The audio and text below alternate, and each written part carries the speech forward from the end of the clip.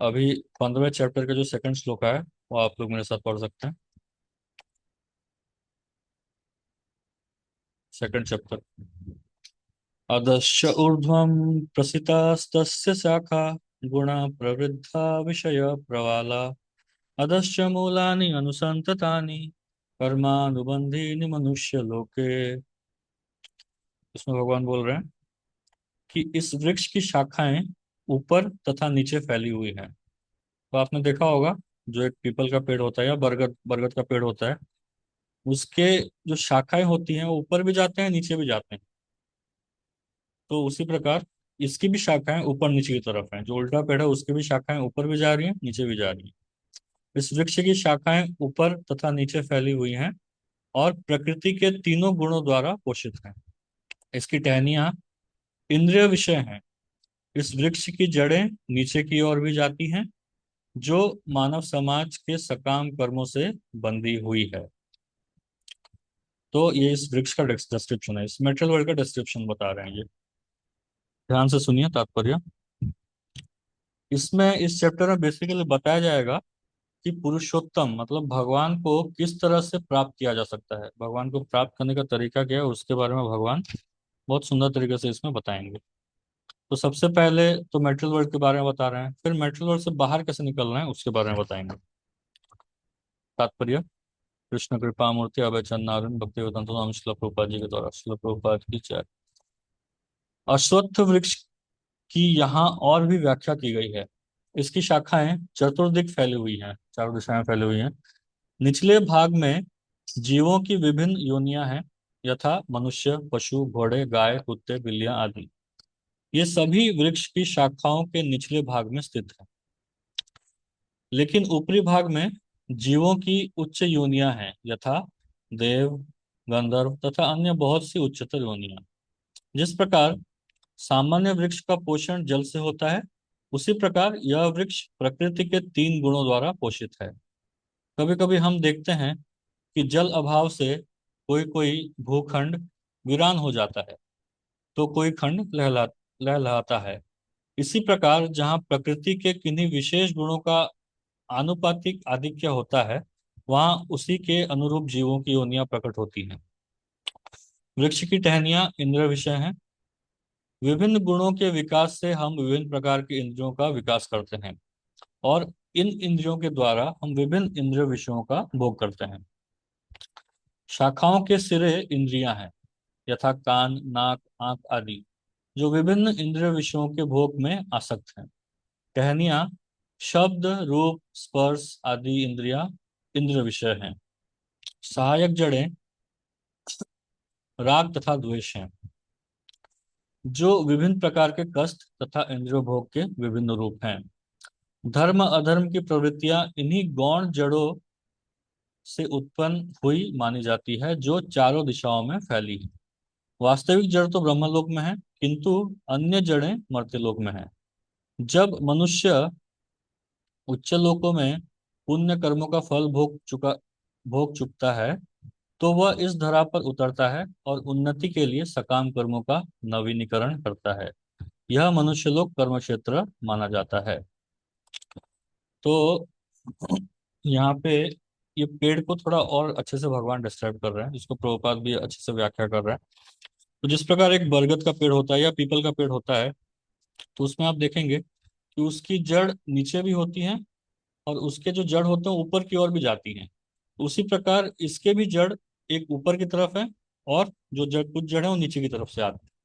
तो जो ऊपर की जड़ है वहां उसका पोषण किससे होता है? उसका पोषण होता है तीनों गुणों से।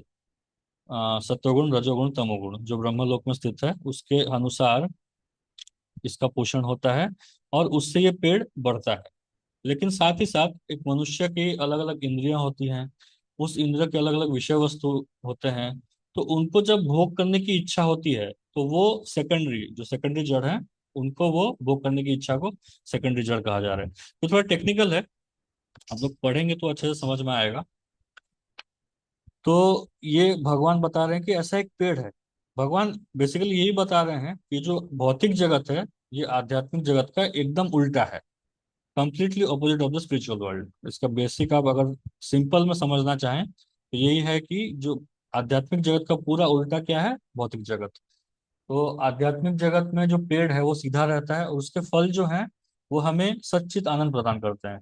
लेकिन इस भौतिक जगत के जो फल हैं वो हमें धर्म अर्थ काम मोक्ष में बांधे रखते हैं, उसमें बंद करके हम जन्म मृत्यु जरा व्याधि के चक्कर में पड़े रहते हैं। तो अभी आगे और थोड़ा बताएंगे इसके बारे में। तीसरा और चौथा श्लोक साथ में। न रूपमस्येह तथोपलभ्यते नान्तो न चादिर्न च संप्रतिष्ठा अश्वत्थमेन सुविरूढ़मूलम् असङ्गशस्त्रेण दृढेन चित्वा ततः पदं तत्परिमार्गितव्यं यस्मिन् गता न निवर्तन्ति भूय तमेव चाद्यं पुरुषं प्रपद्ये यतः प्रवृत्ति प्रसिता पुराणी। तो यहाँ पे बताया गया है न रूपमस्य तथोपलभ्यते नान्तो न चादिर न च संप्रतिष्ठा। इस वृक्ष के वास्तविक स्वरूप का अनुभव इस जगत में नहीं किया जा सकता, क्योंकि वो इस उसका कोई एग्जिस्टेंस है ही नहीं, वो उल्टा है ना। उसका जो एक्चुअल जो पेड़ है वो कहाँ पे है, वो आध्यात्मिक जगत में है। तो इस वृक्ष के वास्तविक स्वरूप का अनुभव इस जगत में नहीं किया जा सकता। कोई भी नहीं समझ सकता कि इसका आदि कहाँ है, अंत कहाँ है और इसका आधार कहाँ है। लेकिन मनुष्य को चाहिए कि इस दृढ़ मूल वाले वृक्ष को विरक्ति विरक्ति के शस्त्र से काट गिराए।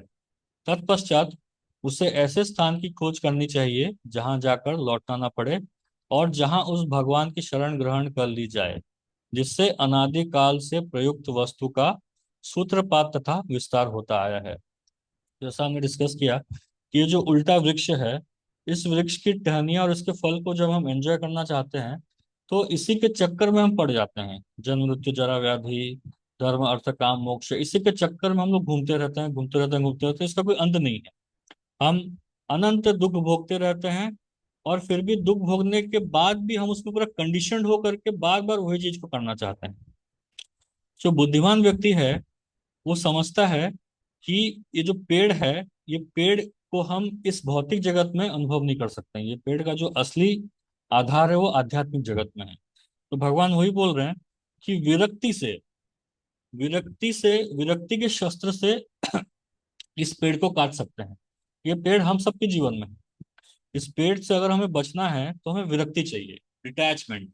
अगर विरक्ति नहीं होगी तो इस पेड़ को काट पाना असंभव है। हर प्रकार का डिटैचमेंट हमें काटना पड़ेगा, हर प्रकार का अटैचमेंट हमें काटना पड़ेगा। तब जा करके हम इस पेड़ के ऊपर उठ पाएंगे और असली पेड़ को देख पाएंगे। तो प्रभुपाद थोड़ा और अच्छे से डिस्क्राइब करेंगे परपट में। कोई पढ़ना चाहेंगे? जी प्रभु जी, हरे कृष्णा, दंडवत प्रणाम। आप पढ़िए माता जी। तात्पर्य श्रील प्रभुपाद की जय। अब ये स्पष्ट कह दिया गया है कि इस अश्वत्थ वृक्ष के वास्तविक स्वरूप का इस भौतिक जगत में नहीं समझा जा सकता, क्योंकि इसकी जड़ें ऊपर की ओर है, अतः वास्तविक वृक्ष का विस्तार विरुद्ध दिशा में होता है।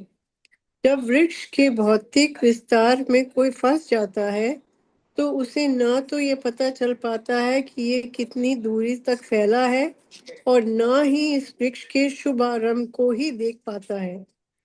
फिर भी मनुष्य को कारण की खोज करनी ही होती है।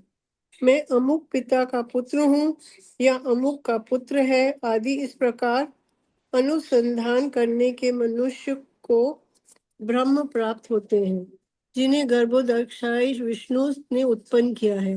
इस प्रकार अनंत भगवान तक पहुंचा जा सकता है, जहां सारी गवेषणा का अंत हो जाता है। मनुष्य को इस वृक्ष के उद्गम परमेश्वर की खोज ऐसे व्यक्तियों की संगति द्वारा करनी होती है जिन्हें उसे परमेश्वर का ज्ञान प्राप्त है। इस प्रकार ज्ञान से मनुष्य धीरे धीरे वास्तविकता के उस छद छद प्रतिबंध से विलग हो जाता है और संबंध विच्छेद होने पर वह वास्तव में मूल वृक्ष में स्थित हो जाता है। इस प्रसंग में असंग शब्द अत्यंत महत्वपूर्ण है, क्योंकि विषय भोग की आसक्ति तथा भौतिक प्रकृति का प्रभुता अत्यंत प्रबल होती है। अतएव प्रामाणिक शास्त्रों पर आधारित आत्मज्ञान की विवेचना द्वारा विरक्ति सीखनी चाहिए और ज्ञानी पुरुषों से श्रवण करना चाहिए। भक्तों की संगति में रहकर ऐसी विवेचना से भगवान की प्राप्ति होती है। तब सर्वप्रथम जो कारणीय है वह है भगवान की शरण ग्रहण करना। यहाँ पर उस स्थान पद का वर्णन किया गया है जहाँ जाकर मनुष्य इस छद प्रतिबिंब वृक्ष से कभी वापस नहीं लौटता। भगवान कृष्ण वह आदि मूल है जहाँ से प्रत्येक वस्तु निकली है।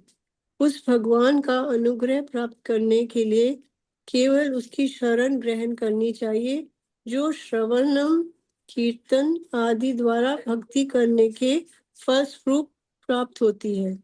वे ही भौतिक जगत के विस्तार के कारण है। इसकी व्याख्या पहले भी स्वयं भगवान ने की है। अहम सर्वस्य प्रभव, मैं प्रत्येक वस्तु का उद्गम हूँ। अतएव इस भौतिक जीवन रूपी प्रबल अश्वत्थ के वृक्ष के बंधन से छूटने के लिए कृष्ण की शरण ग्रहण की जानी चाहिए। कृष्ण की शरण ग्रहण करते ही मनुष्य स्वतः इस भौतिक विस्तार से विलग हो जाता है। हरे कृष्णा। हरे कृष्णा। तो यहाँ थोड़ा और उसको डिटेल में भगवान बता रहे हैं, और प्रभुपाद भी एक्सप्लेन कर रहे हैं अच्छे से कि हमें ट्राई करना चाहिए कि हम कैसे इस पेड़ के बाहर निकल पाए, इस पेड़ को काट करके इस पेड़ का जो ओरिजिन है उसके वहां तक पहुंचने का प्रयास करना चाहिए। तो भगवान बोल रहे हैं कि अल्टीमेटली मुझे अगर कोई सरेंडर करता है तो तब जा करके वो इस पेड़ के जड़ को जान सकता है। तो प्रभुपाद जी अच्छा एग्जांपल दे रहे हैं, कोई अगर इंक्वायरी करे कि हाँ मेरे पिता कौन है, उनके पिता कौन है, उनके पिता कौन है, तो ऐसे जाते जाते जाते लास्ट में ब्रह्मा तक पहुंचेंगे। इस भौतिक जगत में अगर हम इंक्वायरी करते रहेंगे तो अल्टीमेटली ब्रह्मा तक पहुंचेंगे, लेकिन ब्रह्मा के ऊपर नहीं पहुंच पाएंगे। उनके ऊपर अगर भगवान कृष्ण को जानना है तो केवल सरेंडर या फिर हम भगवान को शरणागति के माध्यम से ही जान सकते हैं, विराम के माध्यम से जान नहीं सकते हैं। तो इसलिए ऐसे व्यक्ति से सुनना चाहिए जो भगवान से प्रति पूर्ण शरणागत है। उनसे हम सुनेंगे इस भौतिक जगत के बारे में, आध्यात्मिक जगत के बारे में, तब हमें रुचि जागेगी कि हम कैसे इस भौतिक जगत से बाहर निकल करके आध्यात्मिक जगत में जाएं।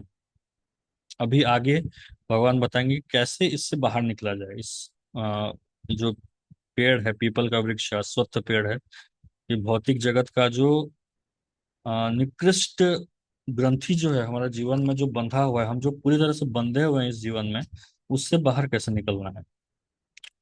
तो पांचवा श्लोक आता है, निर्माण मोह जित संग दोष अध्यात्म नित्याभिनिवृत्त कामा द्वंद्वैर्विमुक्त सुख दुख संगे गच्छन्ति अमूढ़ा पदमव्ययम् तत्।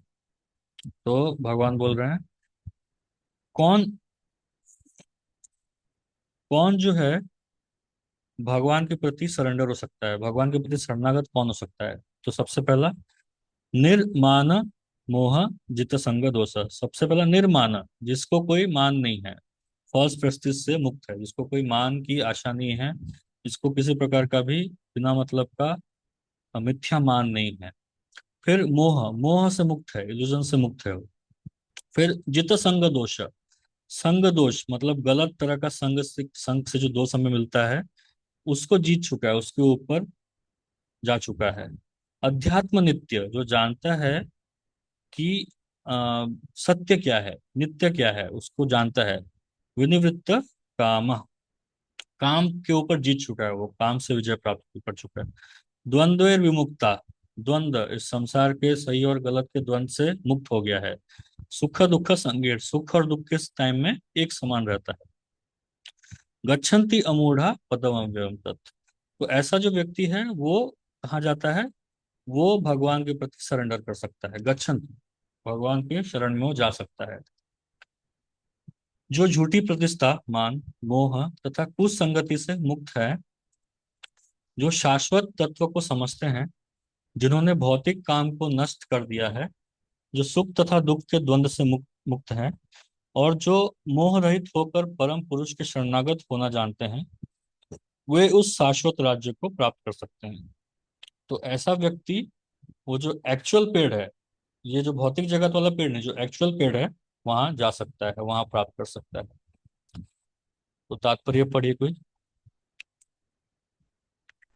हरे कृष्णा दंडवत प्रणाम जी। हाँ पढ़िए। तात्पर्य श्रील प्रभुपाद जी के द्वारा, श्रील प्रभुपाद जी की जय।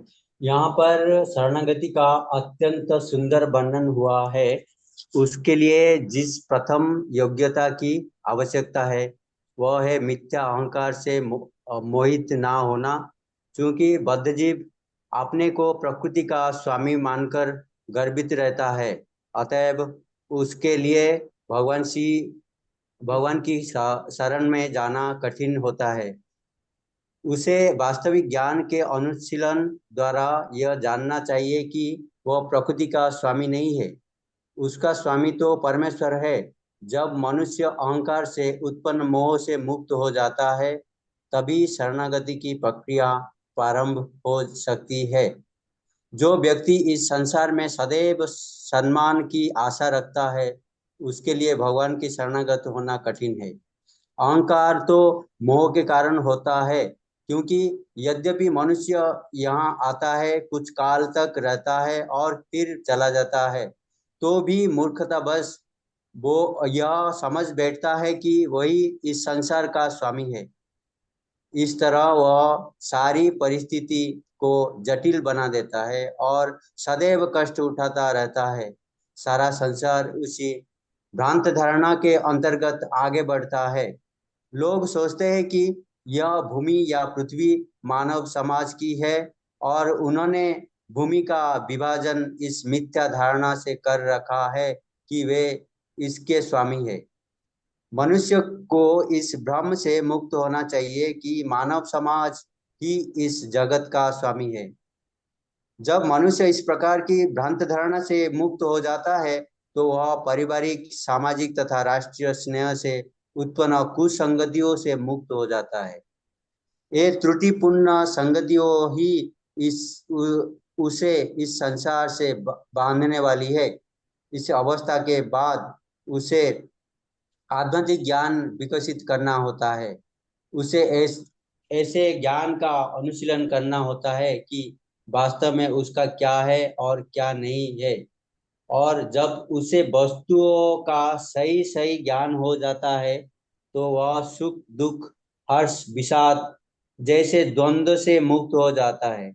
वह ज्ञान से परिपूर्ण हो जाता है और तब भगवान का शरणागत बनना संभव हो जा पाता है।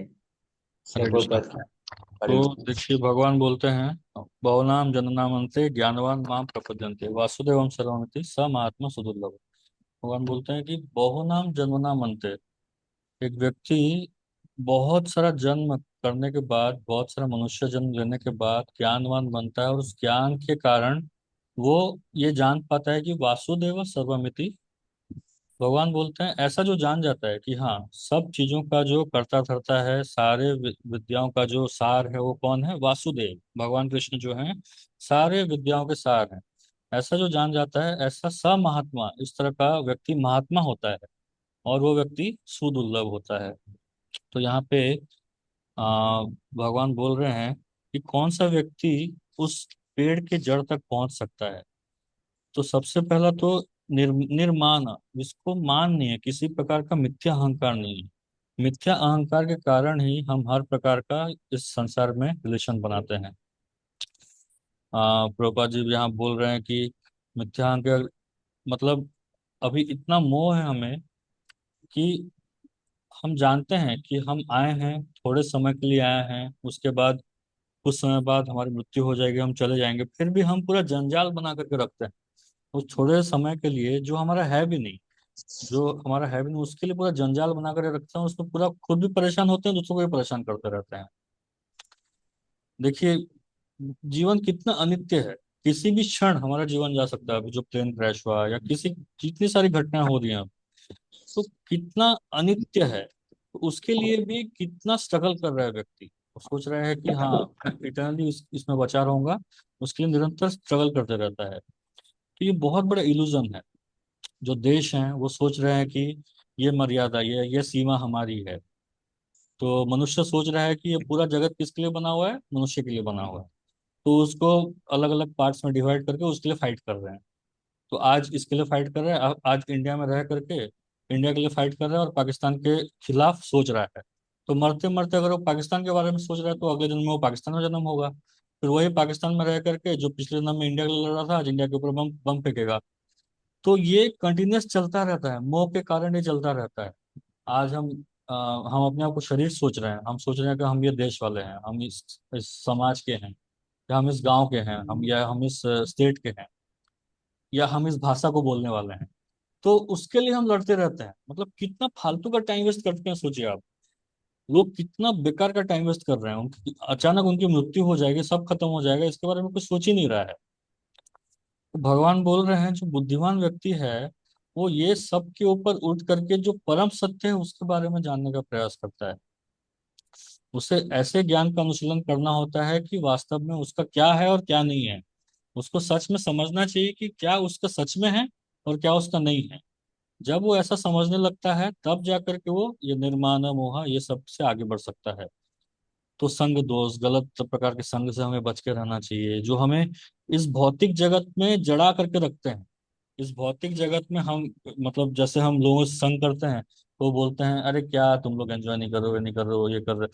तो ये सबसे दूर रहना है, ऐसे लोगों से दूर रहना है, तब जाकर के हम सत्य को जान पाएंगे। संग दोष। तो उसके बाद जा करके हम ऐसे ज्ञान को अगर प्राप्त करने का प्रयास करेंगे, क्या सही है क्या गलत नहीं है, तब जा करके हमें शरणागति की इच्छा होगी।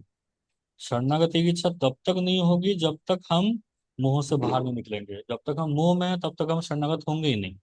जब तक हम सोचेंगे कि मैं इसका पति हूँ, मैं इसकी पत्नी हूँ, मैं इसकी माता हूँ, मैं इसका पिता हूँ, मैं ये राज्य से हूँ, मैं ये देश से हूँ, जब तक ये सोचेंगे हम तब तक सरेंडर नहीं होने वाला है। तब तक हम शरणागत नहीं होने वाला है। तो ये सबसे ऊपर उठेंगे तब जा करके पूर्ण शरणागति आएगी, और पूर्ण शरणागति आएगी तब जा करके हम उस पेड़ के बारे में समझ पाएंगे जो इस भौतिक जगत के परे है, जो आध्यात्मिक जगत में है। तो इसलिए हमें ये सारे श्लोक को पढ़ना बहुत जरूरी है। पढ़ेंगे तो हमें पता चलेगा कि हम कहाँ पे हैं, हमें क्या करना है। उसके बाद भगवान बताएंगे। अभी भगवान ने बताया, सबसे पहला भगवान ने बताया कि हाँ, ऐसा व्यक्ति जो सरेंडर करना जानता है, जो शरणागत होना जानता है, वो व्यक्ति उस आध्यात्मिक जगत में आ सकता है। अभी वो आध्यात्मिक जगत कैसा है उसके बारे में भगवान बड़ा शॉर्ट में इस श्लोक में बताएंगे, नेक्स्ट श्लोक में। भगवान बोलते हैं, न तद्भासयते सूर्यो न शशांको न पावक यद्गत्वा न निवर्तन्ते तद्धाम परमं मम। तो भगवान बोल रहे हैं, न तद्भासयते सूर्यो न शशांको न पावक। तो मेरा वो जो आध्यात्मिक जगत है वहां पे ना तो सूर्य की आवश्यकता है, ना चंद्र की आवश्यकता है, और ना ही अग्नि या इलेक्ट्रिसिटी की आवश्यकता है। तो वहां ये सब के बिना भी हमेशा उजाला रहता है। यद गत्वा न निवर्तन्ते तद धाम परम मम। जो एक बार वहां चला जाता है तो वापस लौट करके नहीं आता है। तो ये भगवान का आध्यात्मिक जगत है। ऐसा किसी को अगर बोल दें कि चलो हम ऐसे जगह जाएंगे जहां से वापस लौट कर नहीं आना है, तो वो व्यक्ति बोलेगा फिर मेरे परिवार का ध्यान कौन देगा। तो ऐसा जो सोचता है ना, वो आध्यात्मिक जगत में जाने के अभी तक लायक नहीं हुआ है। आध्यात्मिक जगत में जाने की उसकी इच्छा जागृत नहीं हुई है। तो हमें समझना है कि हम जिसके साथ रह रहे हैं वो सब अनित्य है, उसके बाहर हमको जाना है। वह मेरा परम धाम न तो सूर्य न चंद्र के द्वारा प्रकाशित होता है और न अग्नि या बिजली से। जो लोग वहां पहुंच जाते हैं वे इस भौतिक जगत में फिर से लौट कर नहीं आते। तो तात्पर्य कोई पढ़ेंगे? हरे कृष्णा प्रभु जी। हाँ, पढ़े हुए। यहाँ पर आध्यात्मिक यहाँ पर यहाँ पर आध्यात्मिक आध्यात्मिक जगत अर्थात भगवान कृष्ण के धाम का वर्णन हुआ है, जिसे कृष्ण लोक या गोलोक वृंदावन कहा जाता है। चिन्मय आकाश में न तो सूर्य प्रकाश की आवश्यकता है, न चंद्र प्रकाश अथवा अग्नि या बिजली की, क्योंकि सारे लोग स्वयं प्रकाशित है। इस ब्रह्मांड में केवल एक लोक सूर्य ऐसा है जो स्वयं प्रकाशित है, लेकिन आध्यात्मिक आकाश में सभी लोग स्वयं प्रकाशित है। उन समस्त लोगों के जिन्हें वैकुंठ कहा जाता है, चमचमाते तेज से चमकीला आकाश बनता है, जिसे ब्रह्म ज्योति कहते हैं। वस्तु यह तेज कृष्ण लोक गोलोक वृंदावन से निकलता है। इस तेज का एक अंश महत तत्व अर्थात भौतिक जगत से आच्छादित रहता है। इसके अतिरिक्त ज्योतिर्मय आकाश का अधिकांश भाग तो आध्यात्मिक लोगों से पूर्ण है, जिन्हें वैकुंठ कहा जाता है और जिनमें से गोलोक वृंदावन प्रमुख है। जब तक जीव इस अंधकार में जगत में रहता है तब तक वह बंद अवस्था में होता है, लेकिन जो ही वह इस भौतिक जगत रूपी मिथ्या विकृत वृक्ष को काट कर आध्यात्मिक आकाश में पहुंचता है तो ही वह मुक्त हो जाता है। तब वह यहाँ वापस नहीं आता। इस बंद जीवन में जीव अपने को भौतिक जगत का स्वामी मानता है, लेकिन अपनी मुक्त अवस्था में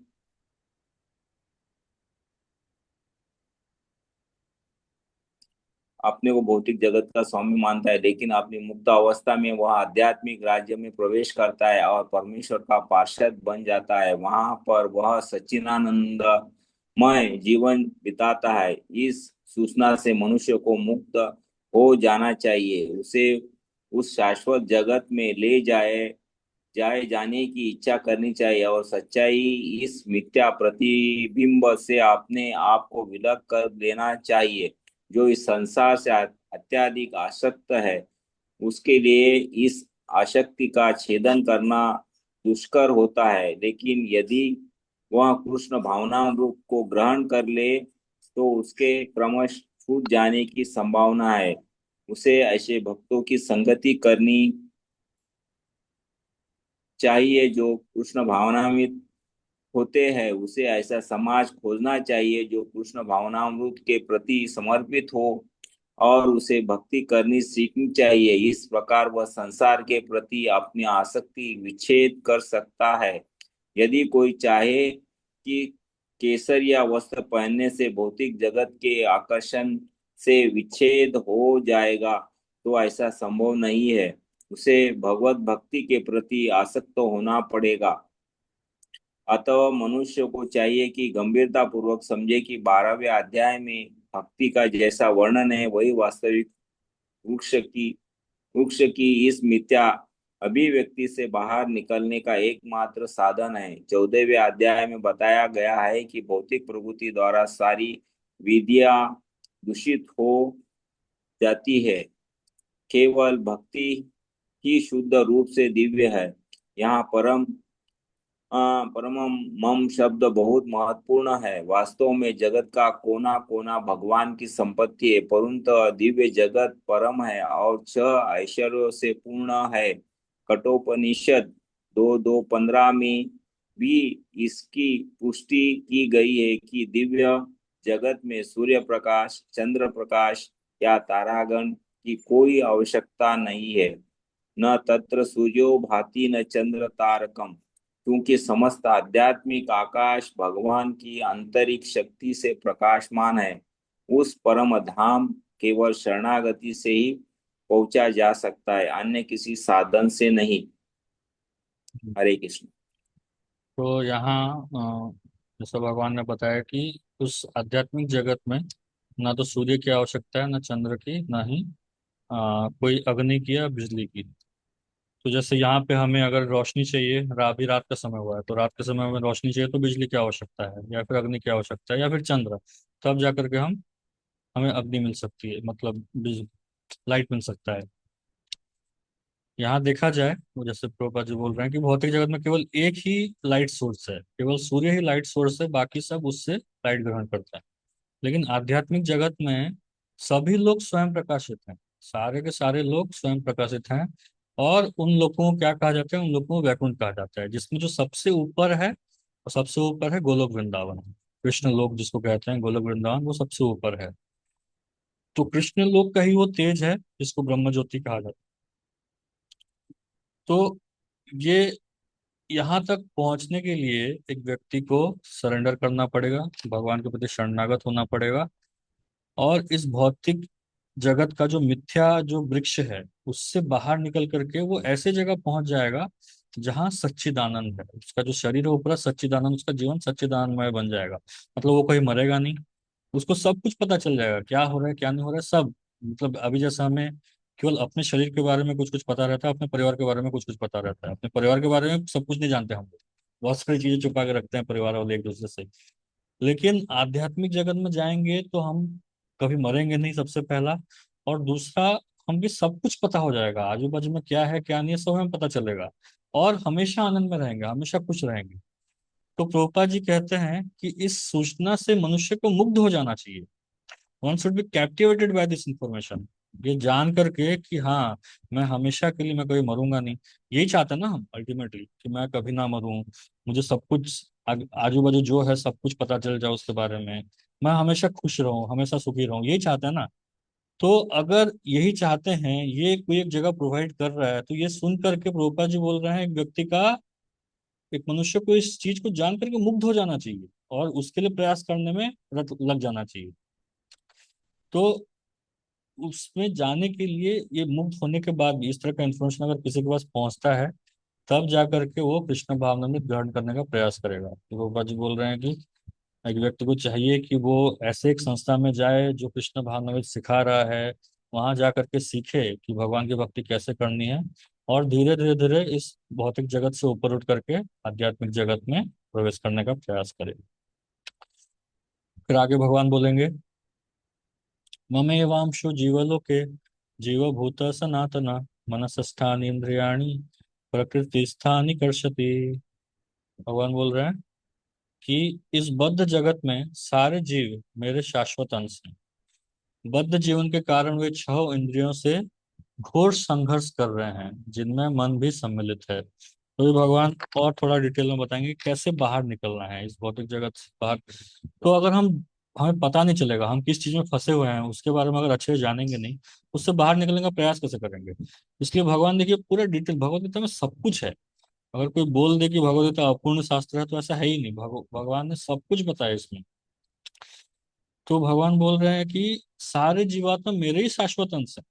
लेकिन जो छह इंद्रियां हैं, विशेष करके जो मन है, जो पांच इंद्रियां हैं और उसके ऊपर जो मन है, छठा इंद्रिय, तो ये पांचों से बद्ध होकर के इनकी इच्छा पूरी करने के लिए एक जीवात्मा जो घोर संघर्ष कर रहा है, तो उस संघर्ष से बाहर निकलना बहुत आवश्यक है। तो मन और इंद्रियों की वजह से एक व्यक्ति बहुत ज्यादा संघर्ष करता है। तात्पर्य कोई पढ़ेंगे? हरे कृष्णा प्रभु जी। हाँ, पढ़िए कोई। इस श्लोक में जीव का स्वरूप स्पष्ट है। जीव परमेश्वर का सनातन रूप से सूक्ष्म अंश है।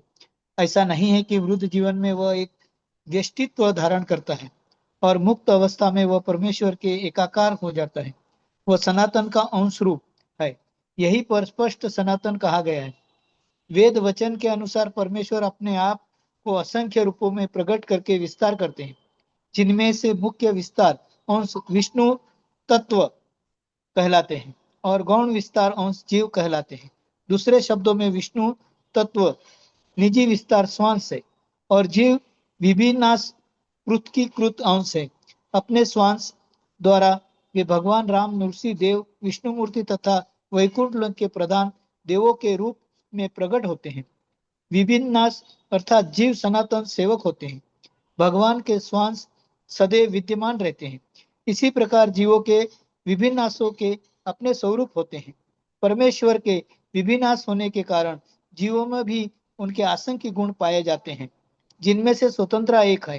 प्रत्येक जीव का आत्मा रूप में अपना व्यष्टित्व और सूक्ष्म स्वतंत्र होता है। इसी स्वतंत्र के दुरुपयोग से जीव वृद्ध बनता है और उसके सही उपयोग से वह मुक्त बनता है। दोनों ही अवस्थाओं में वह भगवान के समान ही सनातन होता है। मुक्त अवस्था में वह इस भौतिक अवस्था में से मुक्त रहता है और भगवान की दिव्य सेवा में निरंतर रहता है। बुद्ध जीवन में प्रकृति के गुणों द्वारा अभिभूत बद्ध होकर बद्ध और जीवन है, बुद्ध नहीं, बद्ध जीवन। बद्ध सॉरी होकर भगवान की दिव्य प्रेमा भक्ति को भूल जाता है। फल स्वरूप उसे अपनी स्थिति बनाए दे रखने के लिए इस संसार में अत्यधिक संघर्ष करना पड़ता है। न केवल मनुष्य तथा कुत्ते बिल्ली जैसे जीव, अपितु इस भौतिक जगत में बड़े बड़े नियंता तथा ब्रह्मा, शिव तथा विष्णु तक परमेश्वर के अंश है। ये सभी सनातन अभिव्यक्तियों हैं, क्षणिक नहीं। कर कर्षिति संघर्ष करना शब्द अत्यंत सार्थक है। गत जीव मानव लोह श्रृंखलाओं से बंधा हो, इस मिथ्या अहंकार से बंधा रहता है, और मन मुख्य कारण है जो उसे इस भव सागर की ओर धकेलता है। जब मन सतोगुण में रहता है तो उसके कार्यकलाप अच्छे होते हैं, जब रजोगुण में रहता है तो उसके कार्यकलाप कष्टकारक होते हैं, और जब वह तमोगुण में होता है तो वह जीवन की निम्न निम्न योनियों में चला जाता है। लेकिन इस श्लोक से यह स्पष्ट है कि बद्ध जीव मन तथा इंद्रियों समेत भौतिक शरीर से आवृत है, और जब वह मुक्त हो जाता है तो भक्ति आवरण नष्ट हो जाता है, लेकिन उसका आध्यात्मिक शरीर अपने व्यष्टि रूप से प्रकट होता है। माध्यानिंदायन श्रुति में यह सूचना प्राप्त है। सो वह एक ब्रह्मनिष्ठ इदम श्री मर्त्यमति सुज्य ब्रह्मा भीष्मपद्य ब्रह्मणा पश्यति ब्रह्मणा शृणोति ब्रह्मणे वेद सर्वमनु भवति। यहाँ वह बताया गया है कि जब जीव अपने इस भौतिक शरीर को त्यागता है और आध्यात्मिक जगत में प्रवेश करता है तो उसे पुनः आध्यात्मिक शरीर प्राप्त होता है, जिससे वह भगवान का साक्षात्कार कर सकता है। यह उनसे आमने सामने बोल सकता है और सुन सकता है, तथा जिस रूप में भगवान है उन्हें समझ सकता है। स्मृति से भी यह ज्ञात होता है, वसंती यत्र पुरुषा सर्वे वैकुंठ मृतय। वैकुंठ में सारे जीव भगवान जैसे शरीरों में रहते हैं। जहां तक शारीरिक बनावट का प्रश्न है, असरूप जीवों तथा विष्णु मूर्ति के विस्तारों अंशों में कोई अंतर नहीं होता। दूसरों शब्दों में भगवान की कृपा से जीव के मुक्त होने पर आध्यात्मिक शरीर प्राप्त होता है। ममे वासम शब्द में अत्यंत सार्थक है, जिसका अर्थ है भगवान के अंश। भगवान का अंश ऐसा नहीं होता जैसे किसी पदार्थ का टूटा खंड अंश। हम द्वितीय अध्याय में देख चुके हैं कि आत्मा के खंड नहीं किया जा सकते। इस खंड की भौतिक दृष्टि से अनुमित नहीं हो पाती। ये पदार्थ की भांति नहीं है, जिसे चाहो तो कितने ही खंड कर दो और उन्हें पुनः जोड़ दो। ऐसी विचारधारा यहाँ पर लागू नहीं होती, क्योंकि संस्कृत के सनातन शब्द का प्रयोग हुआ है। विभिन्न सनातन है। द्वितीय अध्याय के प्रारंभ में यह भी कहा गया है कि प्रत्येक जीव में भगवान का अंश विद्यमान है। देहोनि अस्मिता देहे। वह अंश जब शारीरिक बंधन से मुक्त हो जाता है तो चिन्मय आकाश में वैकुंठ लोक में अपना आदि आध्यात्मिक शरीर प्राप्त कर लेता है, जिसमें ये भगवान की संगति का लाभ उठाता है। किंतु ऐसा समझा जाता है कि जीव भगवान का अंश होने के कारण गुणात्मक दृष्टि से भगवान के ही समान है, जिस प्रकार स्वर्ण के अंश भी स्वर्ण होते हैं। हरे कृष्ण। तो भगवान यहाँ प्रभुपाद जी थोड़ा डिटेल में बता रहे हैं, ताकि वो तो बोलते हैं ना लोग कि मृत्यु होने के बाद कोई अगर सिद्ध पुरुष हो जाता है तो वो भगवान के साथ जा करके मिल जाता है, तो उसका जो स्वयं का एग्जिस्टेंस है वो खत्म हो जाता है। तो हम जा करके भगवान में सम्मिलित हो जाएंगे या भगवान से मिल जाएंगे, तो ये गलत गलत धारणा है। इस प्रकार की धारणा से बचना चाहिए हमें। भगवान बोल रहे हैं ममे वांशो जीवलोके जीवभूत सनातन, मतलब हमेशा के लिए जो जीवात्मा है वो मेरा विभिन्न अंश है, हमेशा के लिए मेरा अंश रहेगा। मतलब मिक्स नहीं हो जाएगा, अगर वो आध्यात्मिक जगत में आ गए तो मिक्स नहीं हो जाएगा, वो हमेशा के लिए मेरा अंश ही रहेगा, जीवभूत सनातन। तो हाँ, यहाँ पे स्टार्टिंग में जैसे बताया गया था कि भगवान का के दो प्रकार के अंश होते हैं, एक होता है स्वांश, मतलब खुद के अंश जो पर्सनल एक्सपांसन, और दूसरे होते हैं विभिन्न अंश, मतलब सेपरेटेड एक्सपांसन। तो स्वांश मतलब जिस प्रकार हम अपना स्वयं का उदाहरण देखें तो हम अगर अलग अलग जगह में अलग अलग कपड़े पहनते हैं, तो वो हम वही सेम व्यक्ति हैं लेकिन अलग अलग जगह अलग अलग पर्पस के लिए हमने अलग अलग कपड़ा पहना है, तो वो हमारा स्वांश हो गया। जैसे एक ऑफिस का ड्रेस है और हमारा घर का ड्रेस है, तो वही घर का ही एक्सपेंशन ऑफिस में, तो वो स्वांश हो गया। विभिन्न अंश क्या हो गया, जैसे एक व्यक्ति का स्वयं का धन है, वो जो धन कमा रहा है, उसकी गाड़ियां हैं, उसके बंगले हैं, तो घर बंगले हैं, तो ये सब उसके विभिन्न अंश हो गए, वो उसके ही पार्ट है। उसी प्रकार भगवान का जो स्वांश है, जैसे अलग अलग विष्णु अवतार अवतार है, वो भगवान के ही स्वयं के अंश है, मतलब पर्सनल एक्सपांशन। और जो हम लोग हैं, जीवात्मा है, वो भगवान के सेपरेटेड एनर्जीज हैं, विभिन्न नाम से है। तो हम भगवान के ही पार्ट हैं, और हमेशा के लिए हम भगवान के ही पार्ट रहे हैं। जैसे एक सोना का खान होता है और सोने का एक कण होता है। तो सोने के कण में सोने के खान के सारे गुण होते हैं, उसी प्रकार जीवात्मा में भी भगवान के सारे गुण हैं। लेकिन फर्क क्या है? फर्क है क्वांटिटी का। क्वालिटी सेम है, लेकिन क्वांटिटी में फर्क। तो ये चीज को समझना आवश्यक है। ये चीज हमें समझना चाहिए कि हम जब हम सिद्ध हो जाएंगे, जब हमें मुक्ति मिल जाएगी, तो हम जा करके भगवान से मिल नहीं जाएंगे। हम आध्यात्मिक जगत में जा करके हमारे जैसी अभी इंद्रियां हैं वैसी इंद्रियां रहेंगी, लेकिन वो इंद्रियां आध्यात्मिक हो जाएंगी। अभी जो हमारी इंद्रियां हैं वो भौतिक हैं, लेकिन वहां जाकर के हमारी इंद्रियां आध्यात्मिक हो जाएंगी। हम भगवान को सुनेंगे, भगवान को टच करेंगे, भगवान भगवान के जो भोग है वो खाएंगे। तो वो सब हम करेंगे, जो यहाँ कर रहे हैं वो सब वहाँ करेंगे, लेकिन वहाँ सब आध्यात्मिक हो जाएगा। वहाँ सच्चिद आनंद हो जाएगा। यहाँ जैसा अचित, असत और निरानंद नहीं रहेगा। तो ये चीज को हमें समझना चाहिए कि हम हमेशा सेपरेटेड हैं। इसलिए हम देखिए, जब भी हम भगवान का भी भोग वोग लगाते हैं घर में, जब घरों में हम बोलते हैं कि आप भगवान का भोग लगा कर खाइए, तो हम ये हमेशा बोलते हैं कि आप भगवान का प्लेट अलग रखिए। हमें हमेशा समझना चाहिए कि हमारी स्थिति भगवान से अलग है। हम कभी भी भगवान के साथ एक नहीं हो सकते। तो भगवान को हमें हमेशा ऊपर हायर पोजीशन में रखना चाहिए। भगवान का प्लेट हो, उनका वो जो बर्तन धोने का साबुन है, वो सब अलग होना चाहिए। सब अलग होना चाहिए। भगवान का प्लेट अलग होना चाहिए, उसमें भगवान को भोग लगा करके उससे निकाल लेना चाहिए, उसमें नहीं खाना चाहिए, उसी में नहीं खाना चाहिए। तो भगवान को हमेशा अलग पोजीशन में रखेंगे, तो धीरे धीरे धीरे हमें रियलाइजेशन हो जाएगा कि हाँ, हम भगवान के विभिन्न अंश हैं। हम जाकर के मिलने नहीं वाले हैं भगवान से मुक्ति होने के बाद। तो ये सनातन शब्द का अर्थ ये है कि हाँ, हमेशा के लिए जीवात्मा जो है वो भगवान का विभिन्न अंश ही रहेगा। फिर नेक्स्ट आता है, शरीरम यद अवाप्नोति यच्चापि उत्क्रमादीश्वर गृहीत्वैतानि संयाति वायुर्गंधानि वाशयात्।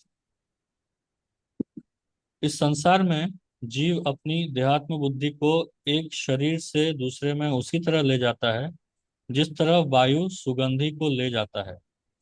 इस प्रकार वह एक शरीर धारण करता है और फिर इसे त्याग कर दूसरा शरीर धारण करता है। तो तात्पर्य पढ़ेंगे कोई? प्रभु जी मैं पढ़ूं? हाँ, पढ़िए। हरे कृष्णा, श्रील प्रभुपाद की जय। यहाँ पर जीव को ईश्वर अर्थात अपने शरीर का नियामक कहा गया है। यदि वह चाहे तो अपने शरीर को त्याग कर उच्चतर योनि में जा सकता है और चाहे तो निम्न योनि में जा सकता है। इस विषय में उसे थोड़ी स्वतंत्रता प्राप्त है। शरीर में जो परिवर्तन होता है वह उस पर निर्भर करता है। मृत्यु के समय वह जैसी चेतना बनाए रखता है वही उसे दूसरे शरीर तक ले जाती है। यदि वह कुत्ते या बिल्ली जैसी चेतना बनाता है तो उसे कुत्ते या बिल्ली का शरीर प्राप्त होता है। यदि वह अपनी चेतना दैवी गुणों में स्थित करता है तो उसे देवता का स्वरूप प्राप्त होता है। और यदि वह कृष्ण भावनामृत में होता है तो वह आध्यात्मिक जगत में कृष्ण लोक को जाता है, जहाँ पर उसका सानिध्य कृष्ण से होता है। यह दावा मिथ्या है कि इस शरीर के नाश होने पर सब कुछ समाप्त हो जाता है। आत्मा एक शरीर से दूसरे शरीर में देहांतरण करता है और वर्तमान शरीर तथा वर्तमान कार्यकलाप ही अगले शरीर का आधार बनते हैं। कर्म के अनुसार भिन्न शरीर प्राप्त होता है और समय आने पर वह शरीर त्यागना होता है। यहाँ यह कहा गया है कि सूक्ष्म शरीर जो अगले शरीर का बीज वहन करता है, अगले जीवन में दूसरा शरीर निर्माण करता है। एक शरीर से दूसरे शरीर में देहांतरण की प्रक्रिया तथा शरीर में रहते हुए संघर्ष करने को कर्षति अर्थात जीवन संघर्ष कहते हैं। तो जो हम सोचते हैं कि हम मृत्यु के साथ सब समाप्त हो जाता है, लोग बोलते हैं ना कि एक ही जीवन मिला हुआ है तो एंजॉय करो, मजे से रहो। और आ, किसने अगला जीवन किसने देखा है? तो ये सब गलत है। यहाँ क्लियरली बताया गया है, भगवद गीता सेकंड चैप्टर में भी आता है, देहिनस्मिता देह कौमार्यम यौवनम जरा तथा देहांतर प्राप्ति धीरस्तत्रम होयति। तो जैसे कौमारम, जैसे हम यंग एज से ओल्ड एज में जाते हैं, जिस तरह से हमारा बॉडी हर समय चेंज हो रहा है, हम जो छोटे से बच्चे थे, जब हम जन्म हुए थे उस समय हमारा शरीर अलग था। जब हम 7-8 साल के थे तब हमारा शरीर अलग था। जब हम 15 साल के हो गए तब हमारा शरीर अलग था। जब हम 25 साल के हो जाते हैं तब हमारा शरीर अलग होता है। जब 40 साल के होते हैं तब भी हमारा शरीर अलग होता है। जब 60 साल के हो जाए तब भी हमारा शरीर अलग रहेगा। उसी प्रकार जब मृत्यु हो जाती है तो तब एक और दूसरा शरीर मिल जाता है। तो जिस प्रकार ऐसे शरीर चेंज हो रहा है उसी प्रकार शरीर चेंज होता रहता है। तो यहाँ पे इस श्लोक का मेन तात्पर्य ये है कि हम जो अभी सोच रहे हैं, जो कार्य कर रहे हैं, उसी के हिसाब से हमारा अगला शरीर डिसाइड हो रहा है। हमें ये जो पर्टिकुलर शरीर मिला हुआ है, ये हमने लास्ट लाइफ में क्या किया था उसके हिसाब से हमारे ये पर्टिकुलर शरीर हमको मिला हुआ है। और उसी के हिसाब से अभी जो हम कार्य कर रहे हैं उसके हिसाब से हमारा जो नेक्स्ट शरीर है उसके हिसाब से डिसाइड हो रहा है।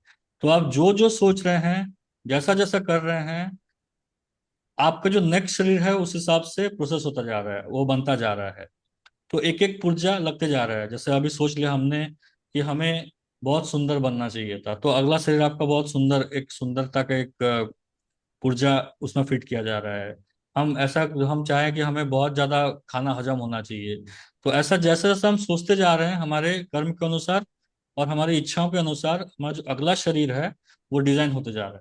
उसको भगवान डिजाइन करते जा रहे हैं, और जैसे ही हमारी मृत्यु हो जाएगी हमारा अगला शरीर हमें मिल जाएगा। तो जो हमारा सूक्ष्म शरीर है, जैसा कि कई बार बोल चुके हैं कि हमारा एक स्थूल शरीर होता है, एक सूक्ष्म शरीर होता है और एक आध्यात्मिक शरीर होता है। तो हमारा जो स्थूल शरीर होता है वो पंच महाभूत से बना हुआ है। पृथ्वी, जल, वायु, अग्नि, आकाश, ये 5 से बना हुआ है। तो हमारा सूक्ष्म शरीर है वो मन, बुद्धि, अहंकार से बना हुआ है। तो जब हमारी मृत्यु होती है तो मृत्यु के समय जो स्थूल शरीर है उसकी मृत्यु होती है। स्थूल शरीर पीछे छूट जाता है, जो पंच महाभूत वाला शरीर वो पीछे छूट जाता है। लेकिन मन, बुद्धि, अहंकार जो हमारा है वो नेक्स्ट जीवन में आगे बढ़ता है। तो मन बुद्धि अहंकार आत्मा उस मन बुद्धि अहंकार को लेकर के नेक्स्ट शरीर में घुसता है, और उसके हिसाब से उसको शरीर प्राप्त होता है। तो कोई ये सोचता है कि हाँ ये लास्ट लाइफ है, ये एक ही जीवन हमको मिला हुआ है, जितना एंजॉय करना है कर लो। तो उसके हिसाब से उसको फिर उसका अगला शरीर मिलेगा। जितना वो गलत कार्य करेगा उतना वो नीचे की योनि में जाएगा, उतना उसको कष्ट मिलने वाला है। तो हमें बहुत ध्यान रखना चाहिए कि हम क्या सोच रहे हैं, क्या कर रहे हैं। क्यों क्योंकि यही सब हमारा जो नेक्स्ट लाइफ है वो डिसाइड कर रहा है, हमारा नेक्स्ट शरीर यही सब डिसाइड कर रहा है। किसी के साथ हम बुरा कर रहे हैं तो ये नहीं सोचना चाहिए कि किसने देखा है। सबका लेखा जोखा हो रहा है, हर चीज का आ, माप लिया जा रहा है। हर चीज का चुकता करना पड़ेगा हमें। तो इसलिए हमें बहुत ध्यान देना चाहिए कि हम क्या कर रहे हैं, क्या सोच रहे हैं। ये हो गया 8वां श्लोक। उसके प्रभु जी, बाद आपने आध्यात्मिक जीवन नहीं बताया। क्या? आध्यात्मिक शरीर नहीं बताया। आध्यात्मिक शरीर नहीं बताया। आध्यात्मिक शरीर बनता है सच्चिदानंद का, तो वो हमें ओके रियलाइज करना है। Okay okay. अभी नेक्स्ट 9 श्लोक। श्रोत्रम चक्षुस्पर्शनम च रसनम घ्राणमेव च अधिष्ठाय मनश्चायम विषयानुपसेवते। तो इस प्रकार दूसरा स्थूल शरीर धारण करके जीव विशेष प्रकार का कान, आंख, जीभ, नाक तथा स्पर्श इंद्रिया प्राप्त करता है, जो मन के चारों ओर सपुंजित है। तो जो मन था लास्ट लाइफ में, जो जो मन हमें जो इम्प्रेशंस कैरी करके आ रहा था, तो उसके हिसाब से हमें एक शरीर मिला है, और उससे वो मन जो है एंजॉय करने का प्रयास करता है। इस प्रकार वह इंद्रिय विषयों के एक विशिष्ट समुच्चय का भोग करता है। तात्पर्य पढ़ेंगे कोई? हरे कृष्ण। और कोई जिसने आज नहीं पढ़ा है? जी मैं गुरु जी। हाँ पढ़िए। दूसरे शब्दों में, यदि जीवन अपनी चेतना को कुत्तों तथा बिल्लियों के गुणों जैसा बना देता है तो उसे अगले जन्म में कुत्ते या बिल्ली का शरीर प्राप्त होता है जिसका वह भोग करता है। चेतना मूलतः जल के समान विमल होती है, लेकिन यदि हम जल में रंग मिला देते हैं तो उसका रंग बदल जाता है। इसी प्रकार से चेतना भी शुद्ध है क्योंकि आत्मा शुद्ध है, लेकिन भौतिक गुणों की संगति के अनुसार चेतना बदलती जाती है। वास्तविक चेतना तो कृष्ण भावनामृत है। अतः जब कोई कृष्ण भावनामृत में स्थित होता है तो वह शुद्धतर जीवन बिताता है, लेकिन यदि उसकी चेतना किसी भौतिक प्रवृत्ति से मिश्रित हो जाती है तो अगले जीवन में उसे वैसा ही शरीर मिलता है। यह आवश्यक नहीं है कि उसे पुनः मनुष्य शरीर प्राप्त हो। वह कुत्ता, बिल्ली, सूकर, देवता या 84 लाख योनियों में से कोई भी रूप प्राप्त कर सकता है।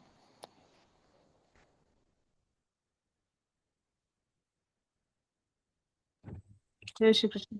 हरे कृष्णा। तो जो हमारा अगला शरीर है वो हमें इसी प्रकार से मिलता है। तो जैसा जैसा हम आ, जिस प्रकार का हम भाव रखेंगे, जैसे 8वें अध्याय में भगवान बोलते हैं, यम यम वापि स्वरण भावम तजंती अंत कलेवरम यह प्रयाति समद भावम याति नाति अस्त संशय। तो भगवान बोलते हैं कि जैसा जैसा जिस प्रकार का भाव एक मृत्यु के समय एक व्यक्ति रखता है, तो उसी प्रकार का शरीर उसको अगले जीवन में मिलता है। अगर कोई आदमी अपने पत्नी के बारे में बहुत ज्यादा, पत्नी से बहुत ज्यादा आसक्त होकर के पत्नी के बारे में सोच सोच करके मरता है, तो अगला जीवन उसको स्त्री का शरीर मिलेगा। अगर कोई स्त्री अपने पति के बारे में सोचते सोचते मरती है, तो उसको उसका अगला जन्म पुरुष का मिलेगा। अगर कोई अपने पालतू जानवरों से बहुत ज्यादा आसक्त है, कोई कुत्ता भी अपने कुत्ता बिल्ली से बहुत ज्यादा आसक्त है, उसके बारे में सोच सोच के उसकी मृत्यु हो गई, तो उसको वही कुत्ता या बिल्ली का ही शरीर मिलने वाला है। कोई अगर बहुत जघन्य कार्य कर रहा है, कहीं भी कुछ भी खा लेता है जा करके, जो मिला आके डस्टबिन में डाल दो, तो उसको एक सुअर का शरीर मिलने वाला है। जाओ कुछ भी खाओ, तुम जो मिलता है तुम खाओ। तो कोई अगर बहुत ज्यादा एक्सपोज करना चाहता है, अपना शरीर को दिखाना चाहता है, अपना बॉडी एक्सपोज करके बाहर घूमता है, तो उसको वैसा ही शरीर मिलेगा। उसको पेड़ का शरीर दे दिया जाएगा, एक्सपोज करके बैठे रहो, तुमको कोई दुनिया जिंदगी भर एक्सपोज करते रहो। और उसी प्रकार से हम जिस प्रकार का हम भाव रखते हैं, जिसके बारे में हम ज्यादा आसक्त रहेंगे, वही वही हमारा अगला शरीर बनेगा। तो इसलिए हमें, हम अपने मन में क्या सोच रहे हैं, हम किस तरह का कर्म कर रहे हैं, किससे हमारा आसक्ति बना रहे हैं, ये सब बहुत आवश्यक है। तो ये सब से बचने का एक ही तरीका है कि हम कृष्ण से आसक्त हो जाएं। अगर हम कृष्ण से आसक्त हो जाएंगे तो हमें अगला जन्म हमें इस भौतिक जगत में लेना नहीं पड़ेगा। हम कृष्ण लोक में हमारा जन्म होगा। जब कृष्ण लोक में हमारा जन्म होगा तो वो साधारण जन्म नहीं होता है, वो आध्यात्मिक जन्म है। वहां हम जाने के बाद वहां से कभी वापस नहीं आएंगे। लेकिन अगर हम भौतिक चीजों से आसक्त होते हैं, कृष्ण छोड़ करके और किसी भी चीज से आसक्त होते हैं, तो हमें बार बार ये जन्म मृत्यु जरा व्याधि के चक्कर में चक्कर काटते रहना पड़ेगा। तो इसलिए केवल बचने का तरीका एक ही है। इस साइकिल से, cycle of birth and death, इससे बचने का एक ही तरीका है कि हम भगवान कृष्ण के चरण के प्रति आसक्त हो जाएं। और उससे आसक्त होने का तरीका क्या है? जो शास्त्रों में बताए गए हैं, श्रवण कीर्तन के माध्यम से हम भगवान से आसक्त हो सकते हैं। हम ऐसे लोगों से श्रवण करें जो प्रॉपर परंपरा में आते हैं, जो भगवान क्या बोलना चाहते हैं वही बोलते हैं, अपने मन का कुछ नहीं बोलते हैं। भगवान शास्त्रों के माध्यम से क्या बोलना चाहते हैं वही बोलते हैं, उनका श्रवण करें। और निरंतर भगवान के नाम के जप में किसी तरह अपने आप को संलग्न करें और भगवान या उनके भक्तों की सेवा करें। तो ऐसे करते करते धीरे धीरे हम भगवान से आसक्त हो जाएंगे। तो ये करना बहुत आवश्यक है, तभी जाकर के हम जन्म मृत्यु के चक्कर से बाहर निकल पाएंगे। तो आज हम यहीं पे विराम देते हैं 9 श्लोका तक। फिर नेक्स्ट चैप्टर में, नेक्स्ट क्लास में नेक्स्ट श्लोका से पढ़ेंगे। तो आप लोग यहाँ तक कोई डाउट है तो पूछ सकते हैं, तो हम यहीं विराम देंगे। हरे कृष्ण प्रभु जी, धन्यवाद। हाँ पूछिए गुरु जी। प्रभु जी, एक्चुअली